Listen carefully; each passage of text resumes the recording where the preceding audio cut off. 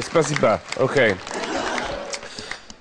Now, there's so much to talk about here going on in Russia right now and in Europe and the world and so on. And most of the time in the West, we have very little information about you. All we really have is some literature, some history and some movies. And the movies are not very reliable.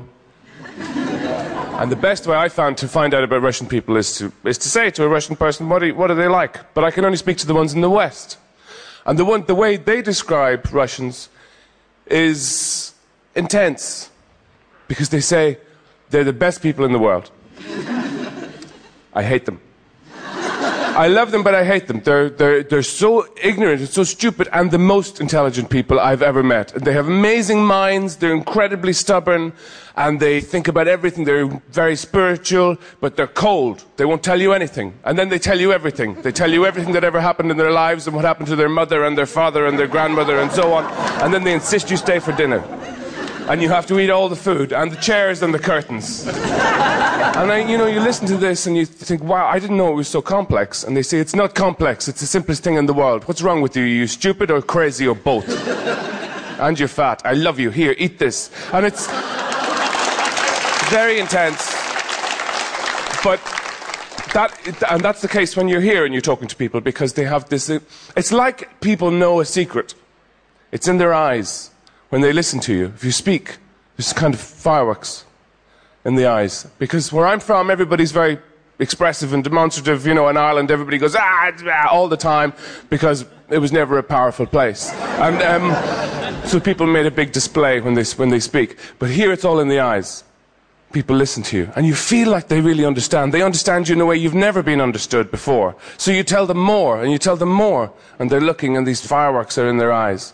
And then you wait for them to respond, and they come closer, and they say something like, do you like soup? Yeah, I like soup, yeah, I know a place where we can get good soup. But is that all you're going to say to me? Is that your response to everything I've just told you about my life? No, we should go now, it will close. The other way to find out about Russians is from film. That's the obvious way. But the Hollywood presentation is very stereotypical. It is always the same. The men tend to be all, bad guys who say things like, since I come to your country, I make bomb.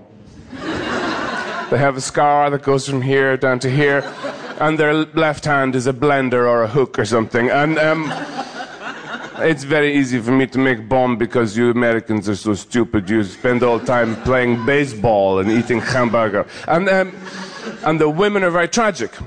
The women, they look far away all the time and they say, I don't want to talk about it. It doesn't matter. Not anymore. Well, only to me. It's too late for everything.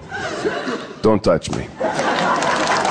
The look is, is a very distinct Russian look, and then you come here and you see people have the gender definition is very strong. Women that look very feminine and Orchin Stilnya and all that stuff, and the guys they have only two looks really. They either tend to be muzhik or chuvak, and that's it.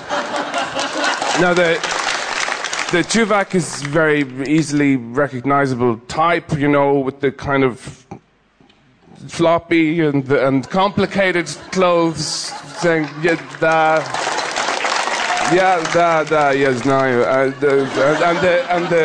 and the muzhik is it's just a simpler kind of appearance. This and the language is very beautiful, but it's very difficult.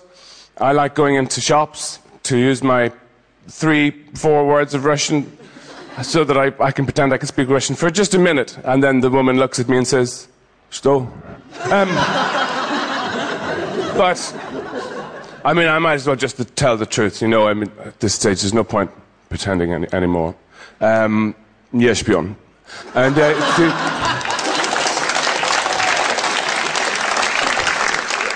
Ty to śpią. Nie знаю. Работай на нас. Pastorei ze mnou. Já není vyžu Tolstova i Čechova. Já lubiu Lady Gaga. I donuts. Thank you very much.